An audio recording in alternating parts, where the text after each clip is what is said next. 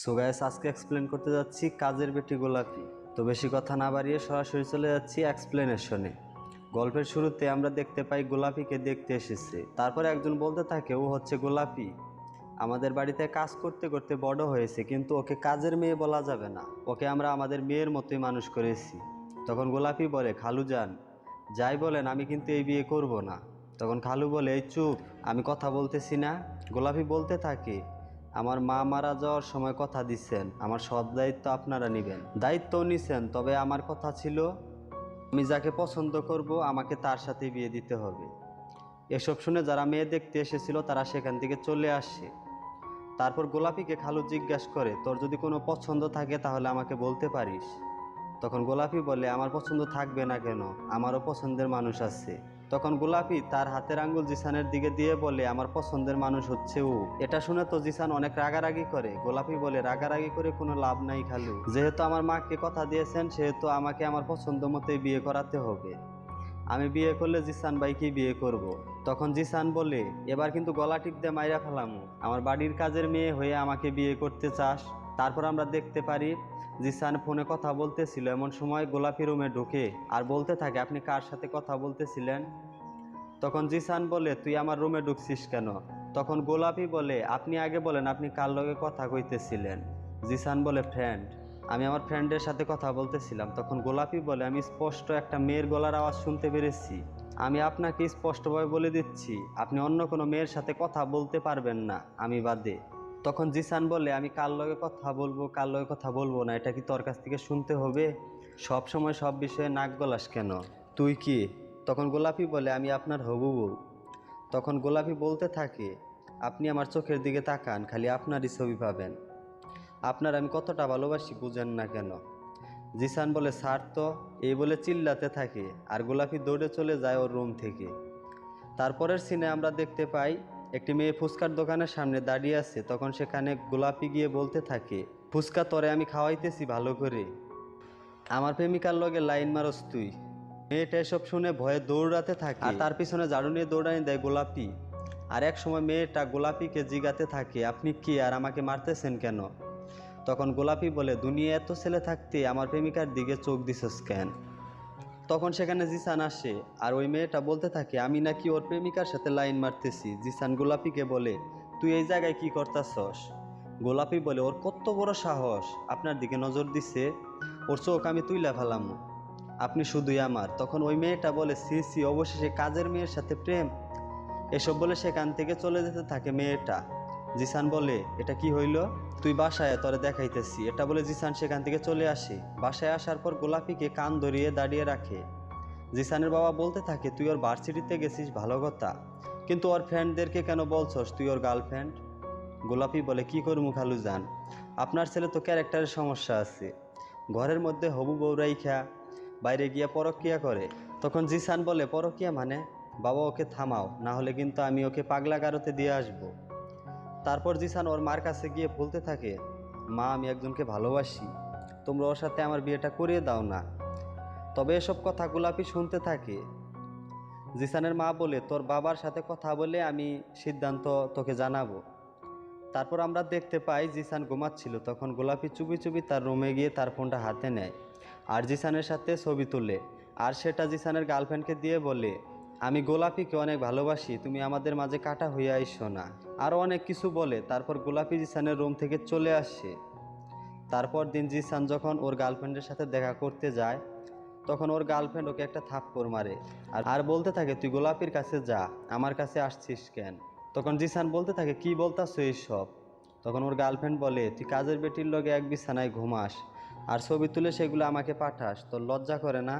তারপর জিসান ফোন বের করে দেখে আর বলতে থাকে, বিশ্বাস করে এগুলো আমি পাঠাইনি, এগুলো আমি করিনি, এগুলো সব গোলাপি করেছে। তখন ওর গার্লফ্রেন্ড রূপ বলে, এখন আমাকে এগুলোও বিশ্বাস করতে হবে যে একটা কাজের মেয়েও ফোন চালাতে পারে?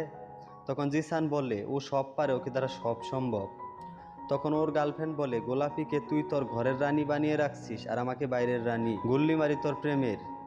তবে জিসান বলে, তোমাকে আমি আমার বাসায় নিয়ে যাব আর তুমি সেখানে থাকবে, তারপর দেখো আমি তোমাকে ভালোবাসি নাকি ওকে। তারপর জিসান ওর গার্লফ্রেন্ডকে ওদের বাসায় নিয়ে যেতে থাকে। বাসায় আসার পর মেয়েটা গিয়ে জিসানের বাবা মার পা ধরে সালাম করতে থাকে। এগুলা গোলাপি দেখে তারপর জিসান বলতে থাকে, ওর কথাই তোমাদেরকে বলেছিলাম, ওর হোস্টেলে একটু প্রবলেম হয়েছে, তাই তো ও আগামী 7 দিন আমাদের বাড়িতেই থাকবে। জিসানের বাবা বলে, সমস্যা নাই, যতদিন ইচ্ছা ততদিন থাকতে পারবে। গোলাপি এতে বাধা দেয়, তবে কোনো লাভই হয় না। তারপর গোলাপিকে বলে, যা তুই গেস্ট রুমটা দেখিয়ে দে। তারপরের সিনে আমরা দেখতে পাই জিসানের গার্লফ্রেন্ড পায়েস বানাচ্ছে, আর জিসান সেটা খুব মনোযোগ দিয়ে দেখতেছে আর বলতেছে, যতদিন তুমি এই বাড়িতে থাকবে ততদিন তোমার একটাই কাজ, আমার বাবা মাকে ইমপ্রেস করা।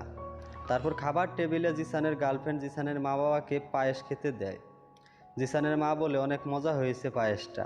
খেতে খেতে হঠাৎ জিসানের বাবার মুখে কি যেন একটা আটকে যায়, সেটা বের করে দেখে সেটা একটা তেলাপোকা, আর এই তেলাপোকাটা গোলাপি মিশিয়ে দিয়েছে পায়েসের সাথে। এই তেলাপোকা দেখে অনেক রাগারাগি করতে থাকে জিসানের বাবা। তারপর গোলাপি বলে, আমি তো আগেই বলেছিলাম এই মেয়েটা বাসায় রাখা যাবে না, আজকে তেলাপোকা খাওয়াইছে, 2 দিন পর টিকটিকি খাওয়াইয়া দিবে। তারপরের সিনে দেখতে পাই জিসান ওর গার্লফ্রেন্ডকে বলতেছে, এভাবে মন খারাপ করে বসে থাকলে হবে?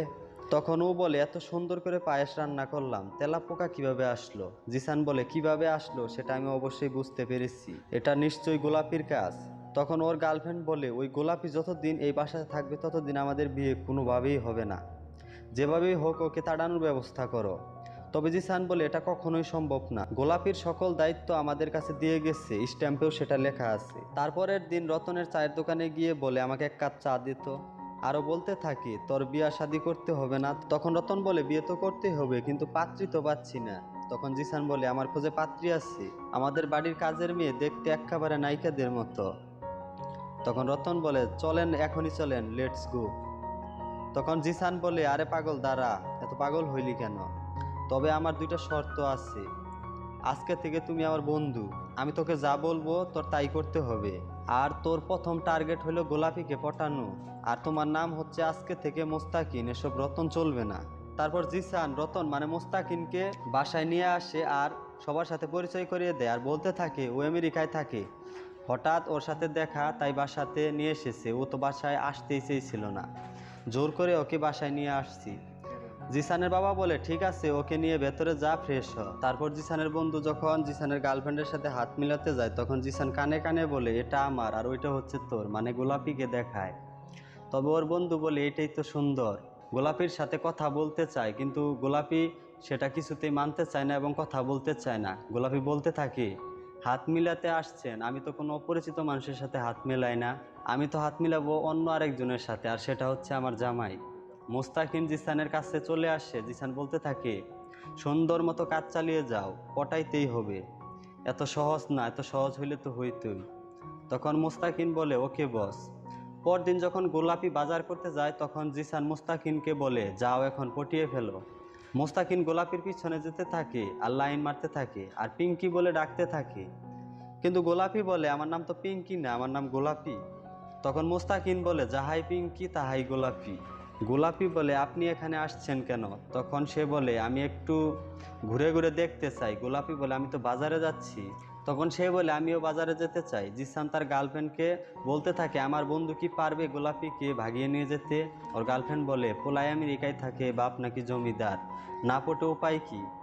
তবে আসলে ছেলেটা কি আমেরিকায় থাকে? তখন জিসান মনে মনে ভাবে, ব্যাপারটা গোপন রাখতে হবে। জিসান বলে, হ্যাঁ, আসলে ও আমেরিকায় থাকে। এদিকে বাজার করতে এসে জিসানের বন্ধু ধরা পড়ে যায় যে সে আসলে আমেরিকায় না, বাংলাদেশেই থাকে। তাই গোলাপি ওকে কান ধরে দাঁড়িয়ে রাখে। তখন সে বলে, আমি আসলে মুস্তাকিন না, আমার নাম রতন, আমি চা বিক্রি করি, আমি একজন চাওয়ালা। জিসান ভাই তো আমাকে এখানে নিয়ে এসেছে আপনার সাথে প্রেম করতে, আপনাকে পটাইয়া নিয়ে যাইতে। গোলাপি এটা শুনে তো রীতিমতো অবাক হয়ে যায়। তখন গোলাপি বলে, তুই পটাবি ওই রূপ ম্যাডাম রে, আর আমি পটামু জিসান রে। তারপর থেকে শুরু হয় তাদের মিশন। গোলাপি গিয়ে শুয়ে পড়ে জিসানের পাশে। এদিকে রতন গিয়ে ডেকে আনে রূপকে আর বলতে থাকে, তোমার বয়ফ্রেন্ডের তো ক্যারেক্টার প্রবলেম আছে, তোমার সাথে তো ডবল টাইমিং করতেছে। তখন রূপ বলে, হ্যাঁ, আমারও তো তাই মনে হয়। তখন রতন রূপকে এনে দেখায় জিসান আর গোলাপি বিছানায় বসে আছে। এটা দেখে তো রূপ অনেক চমকে যায় আর রেগেও যায়। পরদিন সকালে যখন জিসান রূপকে ডাকতে থাকে এবং খুঁজতে থাকে, তখন রূপকে পায় না। তারপর তার মাকে জিগালে সে বলে, আমি তো দেখি নাই। তখন গোলাপি বলে, রূপ ম্যাডাম তো আপনার ওই আমেরিকান বন্ধুর সাথে পালিয়ে গেছে। তখন জিসান বলে, ও এটা করতে পারে না। গোলাপি বলে, আমি আপনার বন্ধুর ঘরে গিয়েও দেখেছি আর ওর ঘরে গিয়েও দেখেছি, দুইজনের ঘরেও কাপড় চোপড় নেই আর ওরাও বাড়িতে নেই। তারপর জিসানের মা বলতে থাকে, তোর গার্লফ্রেন্ড এইরকম একটা কাজ করতে পারলো? তারপরের সিনে আমরা দেখতে পাই রতন ও রূপ দুজন বিয়ে করে ফেলেছে। তখন রূপ বলতে থাকে, যোগ্য ছেলেকেই তো বিয়ে করা দরকার, তুমি আমেরিকায় থাকো, জব করো, তোমার বাবা জমিদার। রতন বলে, তাহলে চলো তোমার বাপের বাড়ি যাব। তখন রূপ বলে, কেন, আমি তো আগে আমার জমিদার শ্বশুরের সাথে দেখা করব। এদিকে জিসানের বাবা এসে বলে, কি হয়েছে? তখন গোলাপি বলে, আপনি জানেন না খালু, আপনার হবু বউ তো অন্য বেটার লগে ভাইগা গেছে। কতবার করে আপনারে কইলাম আপনার ছেলের লগে আমার বিয়াটা দিয়ে দেন, তা তো আর করলেন না। এখন তো আপনাদের হবু ছেলের বন্য বেটার লগে ভাইগা গেছে। তারপরের সিনে আমরা দেখতে পাই রতন তার আমেরিকান চা স্টলে নিয়ে এসেছে, আর এটাই হচ্ছে রতনের চায়ের দোকান। রতন বলে, আমি এখানেই কাজ করি। তখন রূপ বলে, তাহলে কি তুমি একজন চাওয়ালা? তখন রতন বলে, হ্যাঁ, আমি একজন চাওয়ালা। তারপর রূপ জিসানকে কল দিয়ে বলে, তুমি আমার সাথে ধোঁকা দিয়েছো, তোমার বন্ধু আমেরিকান জব করে না, ও একজন চাওয়ালা। আর একটু আগে ওকে আমি বিয়ে করেছি, এখন আমরা ওর চার দোকানে দাঁড়িয়ে আছি। তখন জিসান বলে, খুব ভালো কাজ করছস, তোর মতো লুবি মাইয়ার কপালে এরকম চা দোকানদারি দরকার। তারপর জিসান কল কেটে দেয়। রতন আর রূপ মিলে ঝগড়া করতে থাকে, আর এখানে এই নাটকটি শেষ হয়ে যায়। সো গাইস, এক্সপ্লেনটি সবার কেমন লাগলো? যদি ভালো লেগে থাকে তাহলে চ্যানেলটি সাবস্ক্রাইব করে আমার পাশেই থাকুন। সকলকে ধন্যবাদ জানিয়ে বিদায় নিচ্ছি। আল্লাহ হাফেজ।